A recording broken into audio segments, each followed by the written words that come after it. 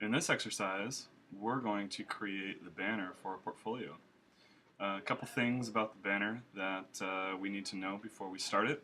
One is the size and the content that we need to put in it. Right now I'm on the designing the banner instructions, and it tells me that I need to create a banner that is 900 by 125. That's the one that will replace the one in the shell that you guys have already inserted in your Dreamweaver. And the next thing is that it needs to have your first and last name, and it needs to have a title of digital portfolio, and it needs to use a color scheme or be related to your college or career interest. You should probably use a logo from the company or the college or something that is representative of the career that you are interested in. You have a lot of freedom here. What I'm going to show you is a very simple way to design a banner without a lot of frills. It's pretty cool looking, and it gets the point across. So I'm going to switch over to Photoshop real quick, and I'm going to show you the example that we're going to be finishing. So as you can see, I've got my name there. I've got a little bit of a reflection piece going on. There's the digital portfolio, and then I inserted the BIS logo in there because, well, that's what I do. I work for BIS, and so that's why I included the BIS logo. So I'm going to take you through the steps to create something similar to this. You are more than welcome to experiment and try new things on your own to make it work for you and your design. So this is kind of basically an introduction to how to use Photoshop so you can get the job done in completing your banner. So the first thing I'm going to do is I'm going to create a new file. So up here in the top of the menu here, I'm going to click File, New. And in the name, I'm going to go ahead and type in banner and _BG. And you'll notice that the width is already set for me. I'm going to type in 900 for the width and 125 for the height. Make sure that it reads pixels on the right hand side there. We're going to go ahead and leave the resolution at 72. That's all we really need in terms of for this design. We don't need to go anything bigger. So then I simply click OK. Now, a couple things. One is, on the right hand side is your layers panel. And this is our layer 1 right here. You'll notice that mine is checkered right now. Yours might be white, and that's okay. You can change that later on. One of the simple ways to do that is to simply drop the opacity down here to 0. You can also create a new layer and do the same thing. Even if it's white, you're okay. We're gonna go right over the top of it, so don't worry about the color that this appears when you first open the document. The first thing that we want to do is actually to create a gradient. We're going to put a gradient as our background fill because that'll actually create a cooler effect with our reflection of our name. So I'm going to come over here to my tools panel, and the gradient tool is actually underneath the paint bucket tool. So if you don't see it, it might look something like this right there. So to get to the gradient tool, you click down on the paint bucket tool and then select the gradient tool. Up at the top here is our options bar, and this is where we get to set our options for the tool that we're using. Right here is the color selector for our gradient. I'm going to show you how this works. I'm going to click on this and it brings up my gradient editor. Right now I've selected a darker blue to a lighter blue. The effect for the gradient, in order for the name to look like it's reflected, you need to stick in the same color palette as for the starting color to the ending color. So you don't want to choose two different colors, like say start with red and then end with blue. Okay. So to change your starting color or starting color on the left here, you click on this little box right there, and you should see the little color appear down here. Click on that, and your color wheel will appear. Okay. So select a darker color for that one, and I selected a darker blue, and so I'll just select right over the top of that again, and then click OK. And then I selected a lighter blue for my ending color, so I click on that, and click on this color box down here. The color wheel picks up again, and I'm going to select a lighter blue up in the corner there, and then click OK. So now you see my dark to my light. And then I'm just going to click OK. You know, sometimes when I do this, I start my gradient in the wrong spot, and then I have to Control Z and go back, and then go back the other way. So you might have to do the same. So I'm actually going to start from the top here and drag, click and drag. See how I can go in different directions, but I want to go straight down. Click and drag it all the way down to the bottom. Now here's my problem. And this is what I mean by my example. The darker color is on top, the lighter color is on the bottom. We want the reverse. So I'm going to click from the bottom instead, and then click all the way up to the top, and then I'll get my light blue to dark blue gradient. Okay? The next thing I want to do is I want to put in my name. Before I do that, I actually want to show you a cool site that I like to use from time to time for fonts. You have quite a bit of a font selection in Photoshop. You click on the font tool over here on the left hand side, you'll see in the options bar up here that you have a huge list of fonts to choose from. Selecting a font for this is critical, because if you select the wrong font, it's not going to turn out as well as you'd hoped. You want to find a font that has some thickness to it. If you choose a font that is relatively thin, it's not going to stand out as well, and your reflection isn't going to look as good either. You have a pretty good selection to choose from, but you may not find one that you like. So I'm going to show you the website that I like to use quite a bit for fonts. I'm going to switch over to Safari real quick, bring it over, and the site is called Tacorama. I'm just going to click on the home page. It's called Tacorama.net. And the reason why I like this site is because, one, it's got some really cool resources, and two, the stuff is free, and three, I tend to like Art Nouveau and Art Deco fonts. I think they look cool, they're different, and it's just from a different time period, and I love seeing that kind of stuff in designs. So you'll notice here where it says you got steampunk, Art Nouveau, Art Deco, it tells you the time period of that, which is pretty cool. It's even got all the way up to the 90s and old school punk, new wave, 1970s stuff. It's got some other ones on the right hand side too. Of course, if you find one on urbanfonts.com or something else that you like, go for it. Okay? The font choice is up to you. I have selected one from the Art Nouveau category, and because of my name, I'm going to switch back real quick to the Photoshop and look at my example. Because I have a Y in my name, it creates a problem for the reflection. If you use lowercase letters, the Y goes below the other letters, and when you do a reflection, it doesn't quite look right down here in the bottom. So if you have a letter in your name, like a G or a J or a Y, that when lowercase goes below the other letters, then you're going to have to probably stick to uppercase. And you want a font that looks good in uppercase. So if you'll notice here, this Advocat right here, that has a little curly Q down there in the bottom that goes below, that's not going to work. Argonaut, that's a pretty cool looking font, but it's pretty thin. Aristo, I think that's how you pronounce it. Looks pretty cool, but I don't know, I think I'm going to go for something else. So actually the one that I chose is this one called Gizmonda. And I've already downloaded this, but I'm going to take you through the process. You'll notice that there's a little zoom in feature, there's a save feature, and then the plus. What we wanted to click on is the little disk to save. So you click on that guy, and it'll download to your downloads folder. In whatever browser you're using, whether it's Chrome or Firefox, you should see that pop up in like a download spot. I'm in Safari, so mine you'll see pop up right into here. If you're using because we're using Windows 7, it's actually pretty simple to download these. It'll download as a zipped folder, and you'll open that folder, extract it, and then you'll just install the font. If you have problems with this, let me know and I'll come around and help you.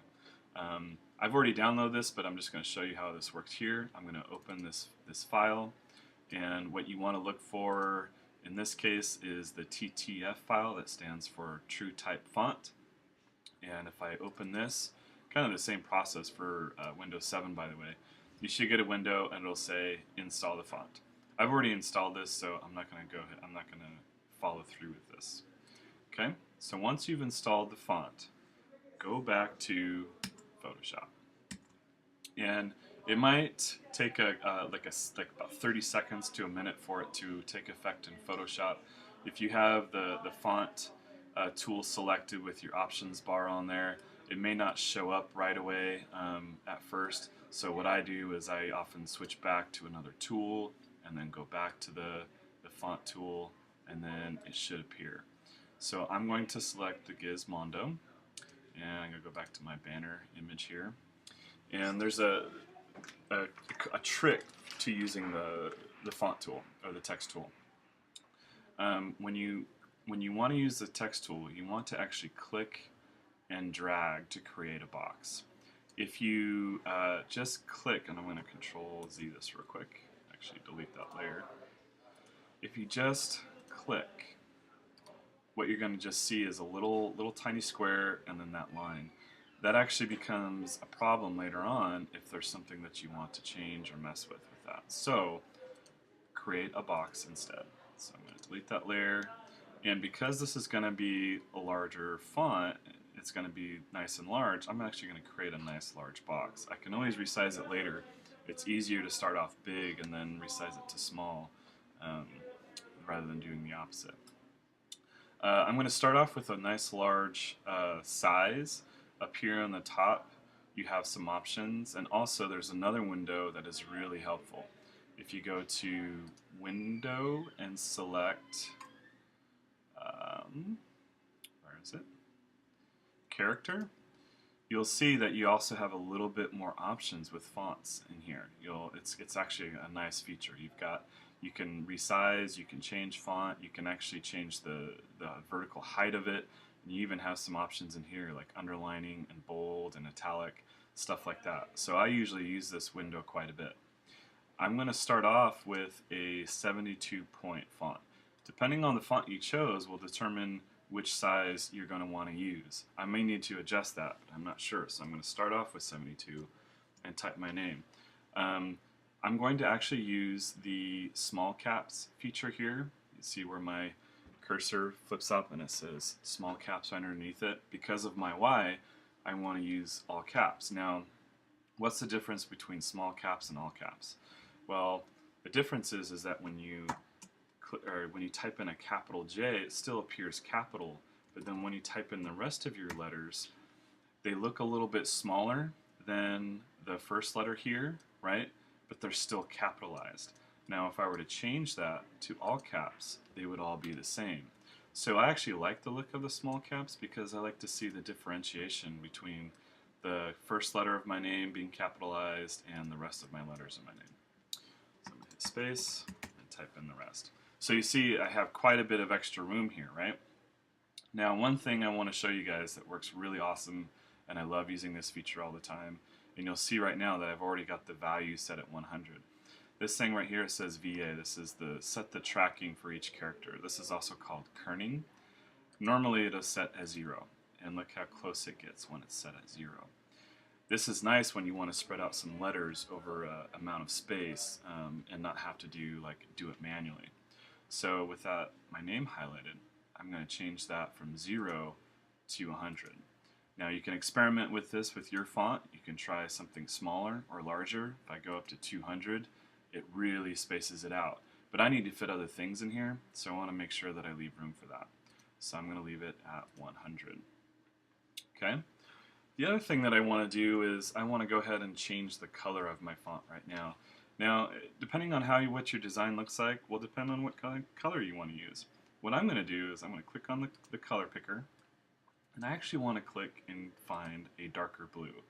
And the reason for this is I don't really want black, but I want something that, looks kind of black, but also looks kind of blue, just to have a nice contrast, but stick in that same vein of the blue. And you can tell here, I picked a dark blue, and it still looks semi-black, but it's not quite black, and it still looks good in the contrast of the light blue there. So I'm going to select that color. Okay. Let's see, what else do I need to do? I think I want to go a little bit bigger, so notice that it's at 72 point right there. I can go into that box and type in something larger. Let's try 85. I think that's going to be too large, so I'm going to go down to 80. I think I'll leave it right there. I think that'll be good. Before I move on though, I'm going to resize this box down to about the exact size of my text. And the reason why I want to do that is because I don't want this box to interfere with other things that I'm doing. So I'm going to click on my move tool and position it somewhere kind of right in about semi in the middle of my piece. I want my reflection to go underneath it. I don't want to put it at the very top because when I put my reflection right underneath it, it'll look funny if it cuts down so far down to the bottom. This is all about optical illusion. So if we position this more in the middle and my reflection falls in down here and it looks like it cuts off towards the bottom, it appears that it's cutting off. So it looks more like a reflection. So that's what I'm going to do. Okay, so my next step is to create the reflection. And the reflection is actually pretty simple. Over in my layers panel over here, I'm going to right click on that layer I just created with my name. So I'm going to right click on it and I'm going to duplicate the layer. So I have two Jeremy Sinkses. But I want to make sure that I change this name. This one's going to be called Reflection. And the reason why I want to do this is because it'll appear in my layers panel as Reflection. So I'm going to rename it as Reflection and click OK. So you see it up there. Now with my move tool selected, you'll see that I've got two layers right there, right? Two of my same names, okay? So I'm just going to drop it down just a little bit so I know what's going on, so I can see it. With my reflection layer selected, I need to rasterize this. And the reason why I need to rasterize this is so I can delete part of my name to make it look like the reflection ends. And you can't do that without rasterizing it. So once I rasterize it, I won't be able to change it again. So if you need to change your name just slightly, you're going to have to go back and delete this reflection layer, and then after you make those changes to your type layer where your name is, then you have to duplicate the layer again and do this process over. There's no other way to do it. So when I have my reflection layer selected, I right click on it and then I select rasterize type. So now it doesn't show up as the T right there. It shows up as a thumbnail image, but it still says reflection. Okay? The next thing I want to do is I want to flip it. And to flip it, I'm going to, instead of using the handle here, see how that turns right there? I don't want to do that. Okay? So I'm going to Control Z real quick. And I want to flip it upside down. So I'm going to go up to Edit and Transform. And for transform, I'm going to select flip vertical. So when I flip vertical, it flips it underneath. So check that out. Pretty cool, huh? So what I want to do is I want to position this one just underneath the other one. I'm going to hit Control plus to zoom in and then select my spacebar to move over. So I'm clicking my spacebar and then clicking the mouse at the same time to look at what I'm looking at, okay? You can use your arrow keys here to position your reflection right underneath. So I'm using them just to position it right underneath, and you want it just to touch. You don't necessarily need them to touch all the way, but notice right here where my M comes together, there's just this little piece right there. That's where I'm going to leave it. Everything else lines up pretty nicely. So then I'm going to hit Control minus to zoom back out, to get it back to where I was, get it back where I was. Okay. The next step is to erase part of my name so it looks like it's ending and it looks like it's reflecting. So to do that, I'm going to select the eraser tool. Over here on the left-hand side, it looks just like an eraser. So you click on that. Now, what you want to do is you want to select a very large brush and reduce the hardness so it's nice and soft. And the reason why we want to do that is because the softer the brush, the more faded out it appears. And so I'm actually going to reduce this just a little bit more. There's no real wrong or right. You probably want to be between 0% and 20%. You might want to play around with that. I'm going to leave mine at 5. And you want to use a fairly large size brush because all we're going to do is simply grab the tip of this right here. We're not going to go much more than that. It's going to be a little bit of a subtle technique. So I'm just going to click out of that and watch me do this. I'm just going to go to the edges of it and see what it's doing here. I just want to erase the very top. See how it's kind of spreading there? That's that softness of that brush. It's appearing like it's fading out. It's fading away. I just want to take off some part of the top so it looks like it ends right there. Okay. So I might do a little bit more here, a little bit more there. I think that looks pretty good. Could probably live with that. Okay. Our next step is to use our move tool again, and in the reflection layer we want to drop the opacity down so it appears that it is a reflection. So I'm going to click on the opacity and drop it down. I'll try about 40% and see what that looks like. Looks pretty good, maybe 45. There we go.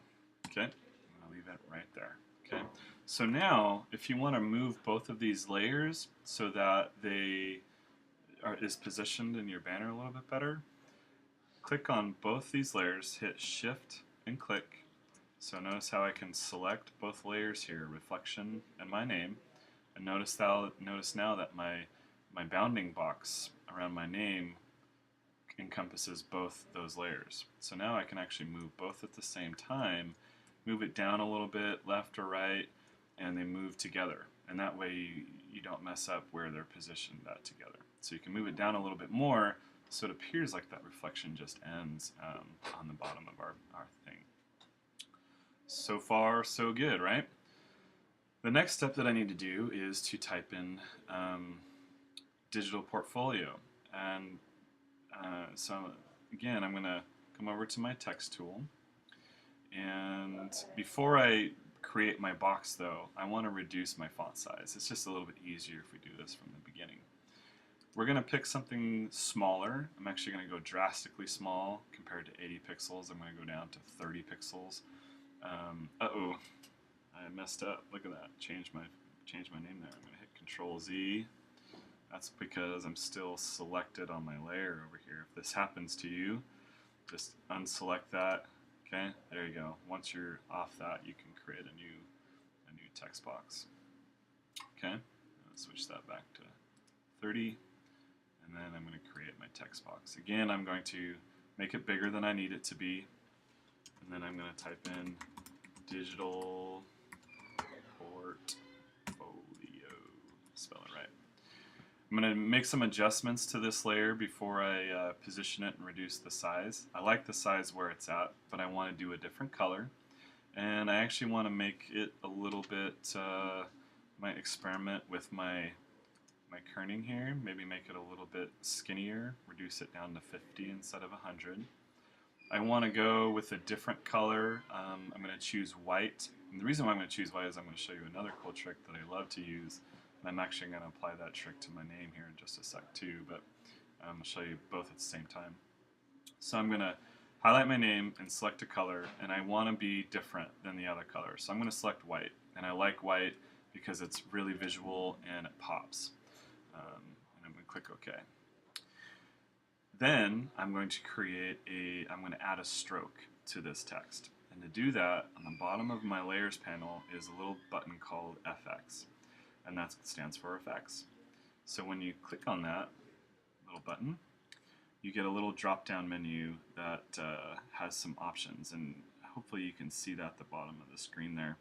What I want to select is stroke. So I'm going to select stroke, and kind of came off there.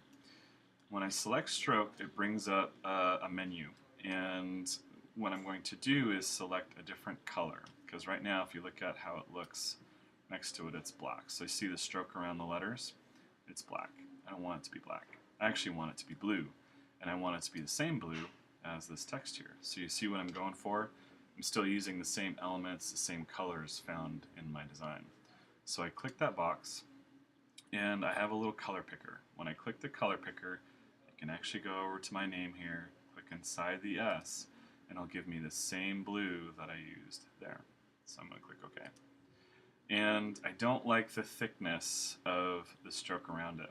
So you see down here, up here where it says size, I'm going to probably reduce that down to 2. I think 1 is just too skinny. Can't really see what's going on there. 3, 5, 4, too much. 3, too much. So I'm going to go down to 2. And I'm going to leave it at that. So now I'm going to, with my text tool still selected, I'm going to click in that box and I'm going to reduce that box size so it fits more around that text. Then I'm going to select my move tool and I'm going to position it down here. I might need to move this later, but for now I'm just going to leave it right here because I want to put a logo over here. Before I do that though, I want to make sure that I do add a stroke to my name. So I'm going to select my name on the text layer over here, and again down where the FX button is I'm going to select stroke. You probably can't see the rest of those menu options in this video, but when you go into Photoshop you'll see that there's a lot of other options to do for your name. You can always experiment and play with these.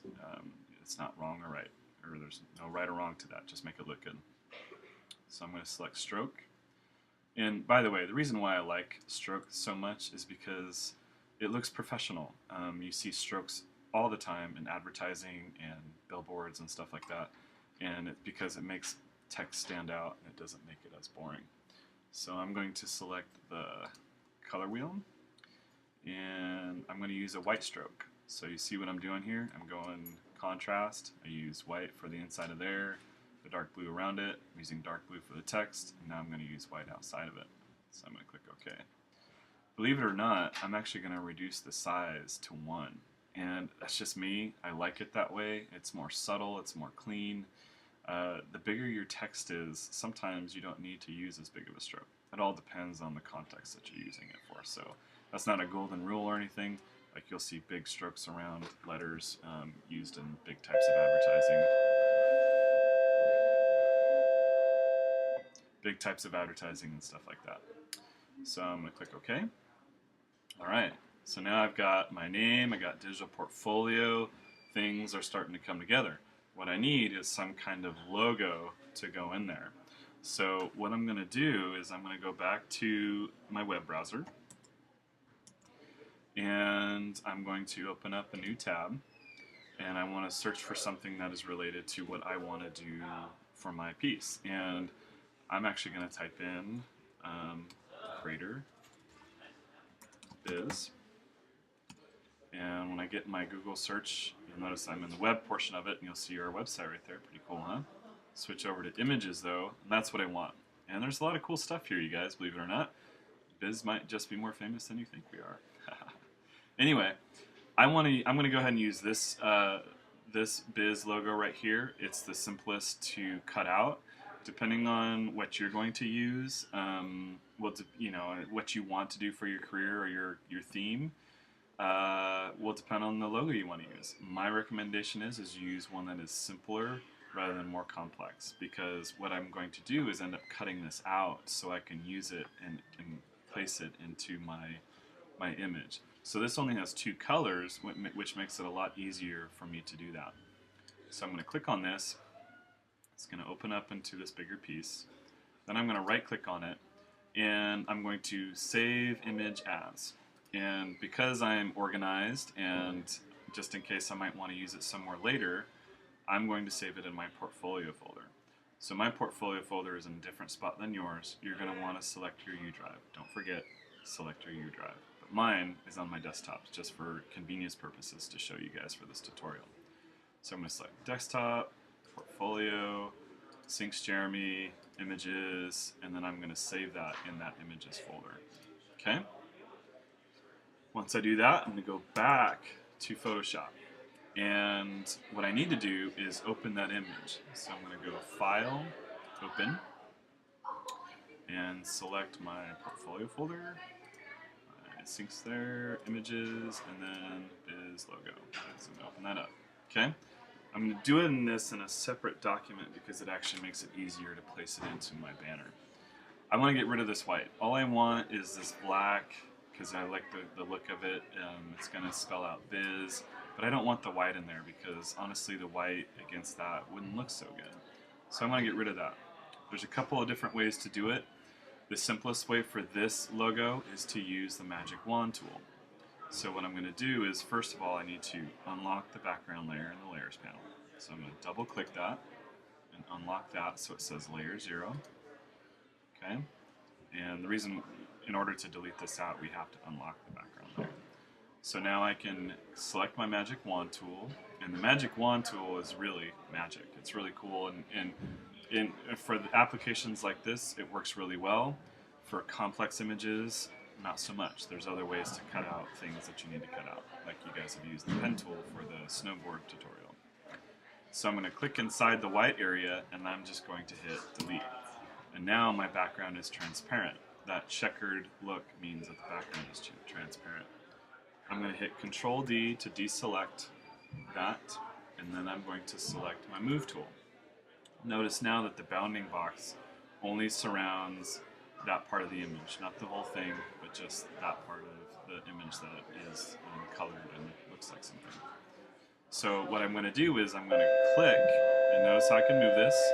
I'm going to click this, and I'm actually going to drag this off, and see where my mouse goes? I'm going to hover over that banner BG, and it's going to switch it over to that tab. I'm still holding my mouse down, and I'm going to bring it down into here, and see where my cursor is, and then I'm going to release. And that allows me to bring in my image. Now, of course, it's fairly large right now, so I need to resize it. So to resize it, I'm going to press my Shift key so it resizes it in proportion, constrains it properly so it doesn't look distorted. And I'm going to do it from the corner. So I'm going to hit Shift and click and drag to the inside. And then before I hit return, because I need to apply that transformation, I'm going to move it to where I want it to go. And I'm not going to totally fit this perfectly. I kind of want it to go off a little bit, so I'm just moving it, positioning it. So see how my bounding box is a little bit bigger than that 125. I could go exact if I want to and fit it in there better, but I think I want to go a little bit bigger. You know, kind of like it's off the page, it's a little different, a little edgier. I don't know. I'm just going to go with it, okay? Once I feel good about where it's at and the size, I hit return. And then it'll place that and apply those changes that you just made. You can always go back and Control Z or redo something if you want to make it fit better. So notice now where my digital portfolio is. It's really close to that. It looks kind of off-centered where it should be. So I'm going to click that digital portfolio layer, move it over just a little bit, use my arrow keys to position it better, and I'm just going to put it right about there. And hit return. Okay. I mean, it's nothing special, right? I mean, this is super basic. It still looks good, though, still professional. I think I might need to move that BIS logo over a little bit more, and that is that layer 2 right there. So I'm going to just position that so I don't see any blue right there. Return key. Okay. So looking at our example here, I did a little bit of a extra piece. Oh, look, I went over the BIS logo. See? I even made that bigger. Maybe I should do that. What do you guys think? Yeah, I think I like that idea. So I'm going to go back just a little bit bigger. There we go. There, I can live with that. Okay, cool. You'll notice what I did here is I've got this different thing going on right here. It's a little bit lighter here, right? And then it looks a little bit darker there. Well, I wanted to add a little bit of something to my piece. Give it a little bit more shape, give it a little bit more action.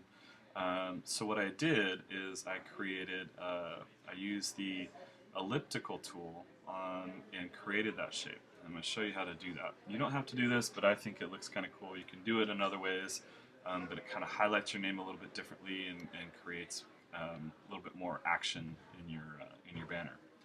So on the left-hand side, you'll find the elliptical tool underneath the rectangular tool. So I'm going to click on that, hold it down, and then select the ellipse tool. I recommend that you use white for this, so where you should see a color box at the top of your options screen. Select that and make sure that you select white.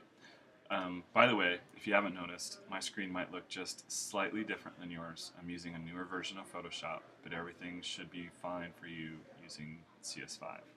Okay? To do this, I'm going to actually start, notice where my cursor is. I'm going to start way over here. And this is going to be a really oblong looking ellipse. So I'm going to click and drag it. So see how that goes right there? And I'm going to make it kind of big, like that. Okay? And then this might take you a couple times to do it, so don't worry. I'm going to click off, okay? And it's going to put it wherever your cursor is at in terms of on your layers panel. This needs to go below your name. So over here in the layers panel where it says ellipse, or shape, I'm going to drop that down so it's underneath my name. So see how it goes behind my name now? Okay. Then I want to go ahead and position this a little bit over. So I'm going to select my move tool and then move it over. And I kind of want to position it so it ends right about where the BIS logo starts. So if I zoom in here, you can kind of see I'm using my arrow keys to move it. So see how it's moving right about there. That's kind of where I want it to go. So I'm going to zoom out again. Okay. Now that doesn't look quite right, right? It's a big white thing right in the middle there. You know, if it works with your color scheme, go for it. But there's another way to do this. I'm actually going to drop the opacity down so that it, looks like it's part blue. So with my ellipse layer selected, I'm going to click over to opacity, and I'm going to drop that layer down to about 40. I'm going to drop it down to about 40%, maybe 45. Let's see how that looks. Let's go down a little bit more. I think I did 45 in the example. I'm going to use 40 there. So I just hit return once I get it down to 40, and you notice what that white does. It makes it transparent. If I turn off the eyeball of layer 1, you can barely see it, right? It's white there. You can barely see it, and that's what allows it to go through a little bit and actually make it look blue. So you can kind of see here that it creates a little bit more dimension to my banner, a little bit more action to it, highlights my name just a little bit more. My name looks kind of cool with the font that I've used and the reflection. It has a digital portfolio that tells you what this is all about, and it's related to my career, my theme of my portfolio. I always save my PSD files, okay? Super important. Just in case you need to make a change later on, you don't want to have to go back and start the whole thing over. So I always save my original PSD files and put them in my images folder. Notice that I named it as banner_BG, okay? This is important. If you save this as the exact same way that I did, it's going to replace the one in the tutorial, the one that you inserted for your shell. When you do that, you actually don't have to reinsert your banner. It'll just replace the one that's already existing. So I'm just going to go ahead and save that. And it's going to ask me, do I want to replace that? It looks like I already saved one in there before, so I'm going to go ahead and just replace that. I'm okay with that. Okay. Before I call it quits though, I need to save this as a JPEG. So I'm going to go up to the file and select File, Save As. And down here where it says Format, I'm going to change that from Photoshop file to a JPEG, just a regular JPEG. And I'm going to click Save. It's going to ask me because I've already got one in there. Yes, and you're going to get the same window because you want to replace the existing one that's in there. It's one that I made just for the tutorial purposes. So you're going to go ahead and say Replace. And for the options here, play around with the size. So right now it says the quality is 8, which is high. And over here on the right hand side, it's actually going to tell you the file size, 53.9 kilobytes.